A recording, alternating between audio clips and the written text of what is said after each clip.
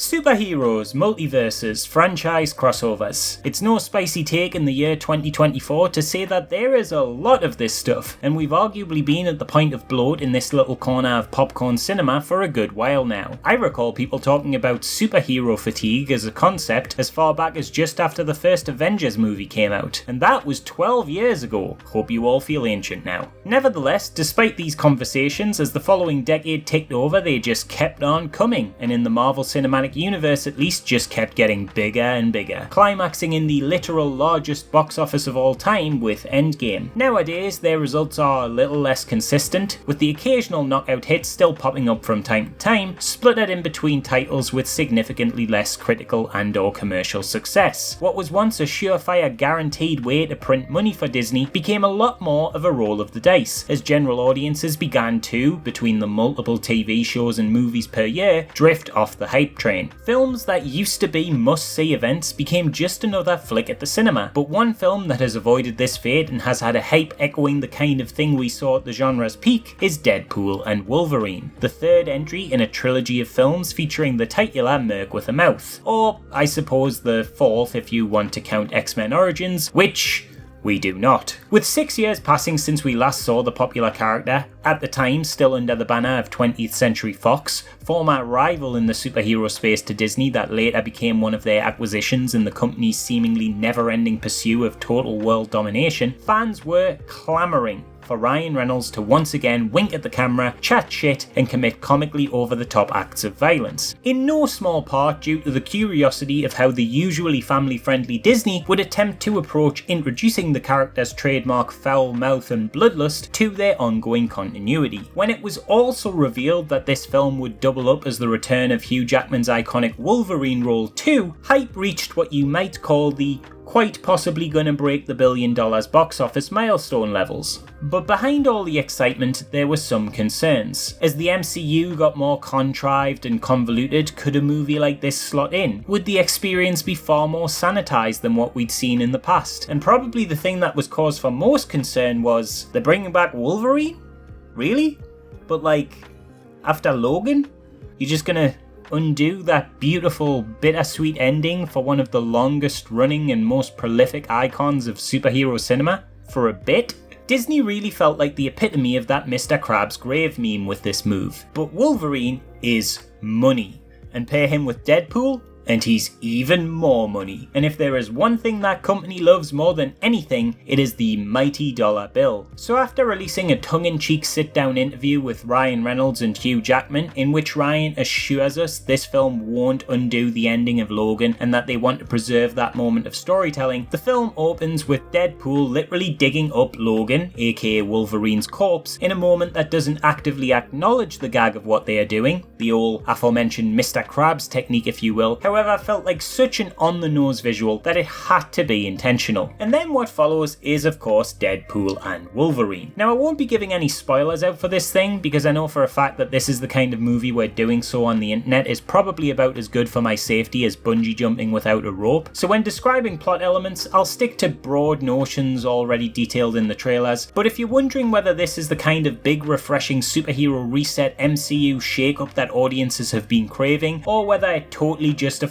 the return of the Wolverine character, the answer I can personally give you is a little complicated. You see, Deadpool and Wolverine is kind of a mess. And put down your pitchforks, fanboys. It's an at times extremely fun mess, but a mess nevertheless. I find it hard to say whether I fully enjoyed this movie. I do think when it works, it's a great crowd-pleasing action comedy, but I personally found it as equal parts fun as I did frustrating. Deadpool as a character is one that has always engaged with the metatextuality of his place within whatever format he's presented in, but in entering the Marvel Cinematic Universe after 15 years of movies, TV shows, multiverses, spin-offs, special events and all that jazz, the character has like a lot to pass comment on. And it was always obvious from the start there'd be a lot of Ryan Reynolds doing his usual Deadpool shtick of giving knowing smirks and winks to the audience, this time about company mergers and brands and the convoluted nature of the multiverse and Disney restrictions and whatnot. But what I didn't expect was how much of this stuff, especially when it comes to the multiversal nature of this now pretty bloated cinematic universe, was going to be just straight exposition. For being an action comedy starring characters known as two of the slashiest, quick-to-fight action heroes there is, a truly staggering amount of this film is characters sitting or standing around and explaining the plot to one another. Like, honestly, it's actually insane how much of that is the film's runtime. It legitimately shocked me. After a fun and slightly obnoxious opening action scene set to the Backstreet Boys that gives us some nice stylized titles and the kind of over-the-top craziness the series is known for, the film then almost immediately grinds to a screeching halt with scene after scene of characters just talking to each other. The dialogue not particularly interesting,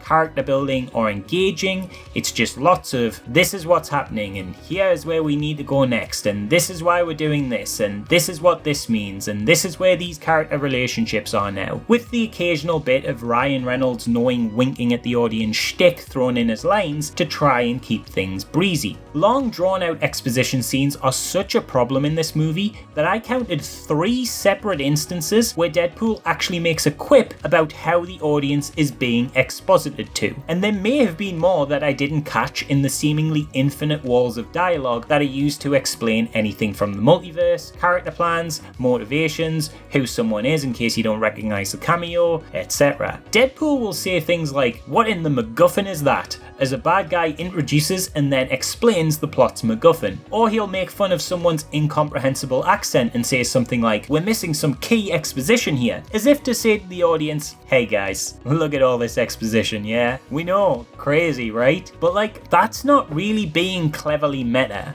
which is one of the main appeals of this character. He makes fun of things, he subverts the tropes, he pulls no punches. But come on, it's not smart or subversive or even interesting to make a joke identifying a common weakness or overused trope of the genre while just continuing to indulge in that trope yourself. If I make a video game that is just a generic cover shooter where you mindlessly mow down wave after wave of enemies, but then have the protagonist's avatar turn to the camera and say, "Man, you ever feel like you're playing one of those games where you're just mindlessly mowing down waves and waves of enemies?" That character's comment doesn't suddenly change or subvert the moment-to-moment gameplay. It's still doing what it is making fun of, and it's still just as tedious, regardless of whether a character acknowledges it or not. This is the same thing in Deadpool and Wolverine, and it's not just the exposition they do this with, it's everything. There's gags about how the multiverse stuff in the MCU isn't really working, while the film does a quintessential Marvel multiverse story. There's gags about bringing back Hugh Jackman for money at the expense of prior storytelling, while the film brings back Hugh Jackman at the expense of prior storytelling. There's shtick about the nature of cameos in these movies, while the film has some of the most indulgent cameos in the genre. Speaking of cameos as well, they are a particularly frustrating aspect of the movie in a lot of ways. Where in the past cameos were often relegated to small brief appearances for a gag, think the X-Men class in the background of Deadpool 2, here they are almost always given a bit more to do. In theory, that's great. It gives them more substance than a quick Leonardo DiCaprio style point at the screen moment. In practice though, what that actually looks like is introducing characters who have major plot impact and dialogue for 1 or 2 scenes before they disappear never to be seen again, creating this strange rotating cast where other than the 2 leads, no one in the supporting roles gets to be fleshed out to really be a character before you move on to the next plot advancing recognizable persona, resulting in these huge appearances that are mostly devoid of the qualities that previously made them interesting. They are more like Fortnite skins than people. Hell, one particularly egregious example literally just sees 3 major cameos walk into a room one after the other in slow-mo. It feels less like a film and more like I was watching the Royal Rumble, just waiting to see what superstar came out next.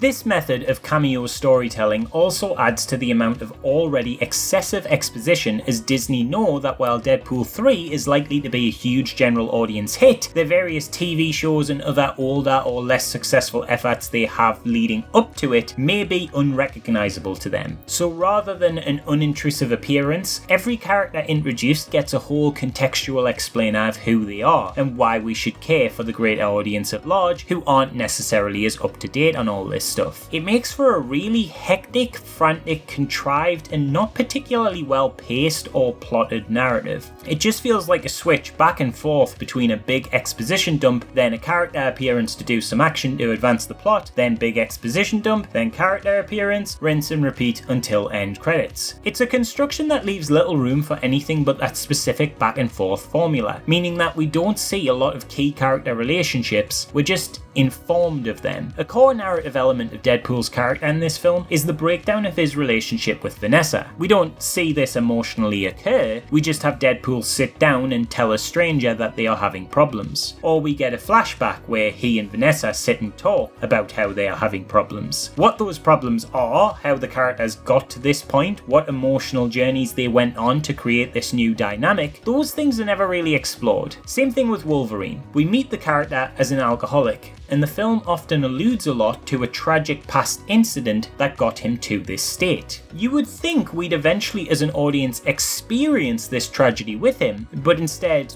no, he, you guessed it, sits around and tells people what happened. It often feels like there's a whole other movie, one with interesting character arcs, emotional stakes, tragedy, catharsis, and all the things you'd want to see here happening just out of frame. And it's annoying because as we feed more and more info and plot points to this imaginary off-screen movie, the film in frame that actually is present is suffering from a lack of coherence and could do with being expanded upon. We never get the time to develop the villains who through their performances show real promise and potential, but who also through the frantic plotting seem to take sudden actions that feel unmotivated or inconsistent with their characters. Emma Corrin puts in a great performance as Cassandra Nova, but those efforts are lost on an antagonist who seems to just do whatever the plot requires her to do, with at times no real rhyme nor reason. There's characters who show up who act as antagonistic forces to the heroes, and I don't think it's ever really established why they would even do that. Conflicts are resolved in ways that don't always make sense, characters occasionally show up with no rhyme nor reason, dialogue that's supposed to be funny doesn't always land, it's all just a bit of a mess. Now obviously, I've painted a very negative picture here, and while I believe everything I've said to be true, you'll recall that I said it was a fun mess. And that's because even with all of these flaws, there are times when this film just works. And in those moments, it's a complete blast. To start with a huge strong point, whether you think it is right for him to be here or not, Hugh Jackman is fantastic in this. Like, he is really giving it his all. In a movie that tries its best to have no emotional anchor, keeping all of Deadpool's real emotional arcs within exposition and off-screen, or making him quip to take away all the tension whenever the film approaches on any sincerity, Hugh, as Logan, is a constant breath of fresh air in contrast to all of this self-aware stuff. I'll be honest, I've never really personally dug Ryan Reynolds' whole shtick. I've got no problem with the dude as a person, but the kind of self-knowing, funny-sounding, cool guy dialogue that often doesn't actually contain jokes so much as smirking observations which populate so much of his brand and characters now, has always to me felt a bit too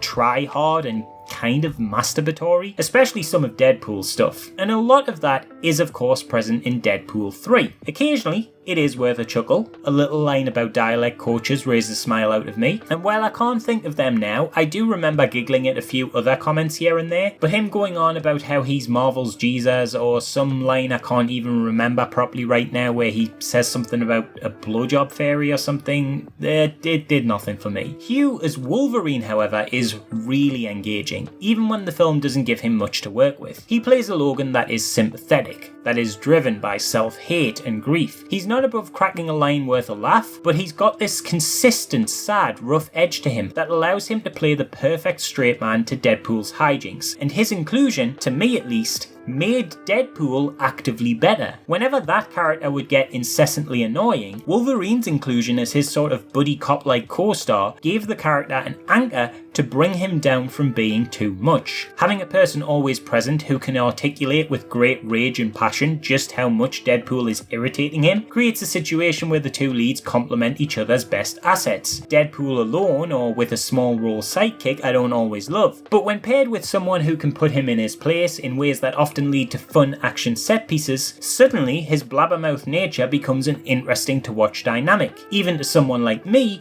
who isn't the character's biggest fan. And it's enough of of a great dynamic that by the time the exposition properly slowed down, I could actually get fully invested, especially by the third act where the chemistry between the two leads has been given time to shine and the film really rolls into its action comedy elements as opposed to just straight comedy. I don't always love the movie as the latter, but when it really blends the two genres, it can create some joyous stuff. No crazy spoilers here, but as I've already mentioned, the opening titles and a fight using a skeleton are really good fun. There's a fight inside a car which is a blast to watch, not to mention a clever way to explore the two lead characters' relationship in a humorous way, due to its visuals and some of the character commentary alluding to parallels of a car sex scene, which plays into the homoerotic elements that fans have always loved about this pairing. And the big needle drop moment of Madonna teased in the trailer is so much fun. Like, holy shit. For a film I have such significant issues with, I think that sequence might have been the most fun I've had in a movie all year, and that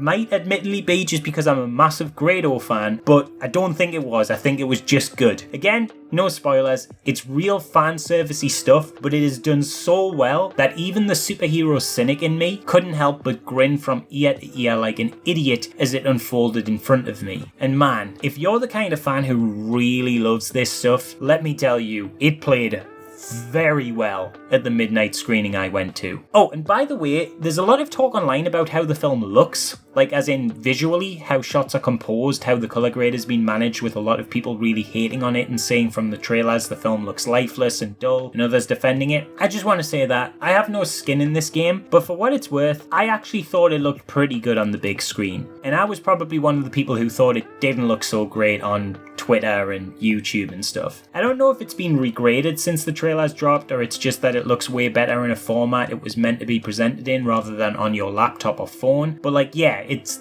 actually a way more visually interesting movie than quite a lot of MCU fare, to be honest. Nothing like jaw-dropping, but better than a lot of their standard. Oh, and one thing I will also say, I've seen some people on Twitter be like, oh, this movie looks so bad, everything looks flat because they aren't using depth of field. I'm not sure how prominent a thought this is. I haven't been paying attention to the likes they are getting or anything, but I've seen the sentiment pop up a few times on my timeline now from different people, so I think it's at least something that's being conversed in some small capacity. And listen, if this is you, if you're saying this, I don't do this to be mean or to be a dick or to single you out and bully you or anything, but in the nicest possible way, you literally do not know what you are talking about. You do not know what depth of field is. You can think the film looks flat due to colour contrast or whatever, that's your opinion, that's fine, but there are pull focuses within the trailer demonstrating that not only are they using depth of field, but they're actively manipulating it in camera. I don't know what you think you mean when you say they're not using depth of field. Every shot in existence uses depth of field. It's just that some have more deep or more shallow depths depending on a variety of factors like aperture or focal length. Again, not saying this to be a dick, I just want to